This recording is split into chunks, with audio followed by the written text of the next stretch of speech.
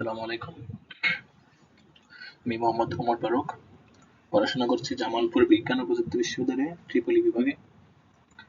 এখন আমরা BSc engineering প্রথম বর্ষ প্রথম সেমিস্টারে Alexander Sadiqur chapter 2 problem solve করব। এখানে এক্সাম্পল 2.1 বলা হয়েছে যে an electrolytic iron draws 2 ampere at 120 volt, find its resistance। মানে এখানে কি রেজিস্ট্যান্স বের করা হচ্ছে।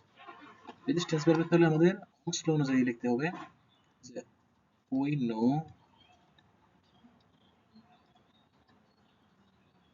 ওহমস ল অনুযায়ী B ইকুয়াল কি IR।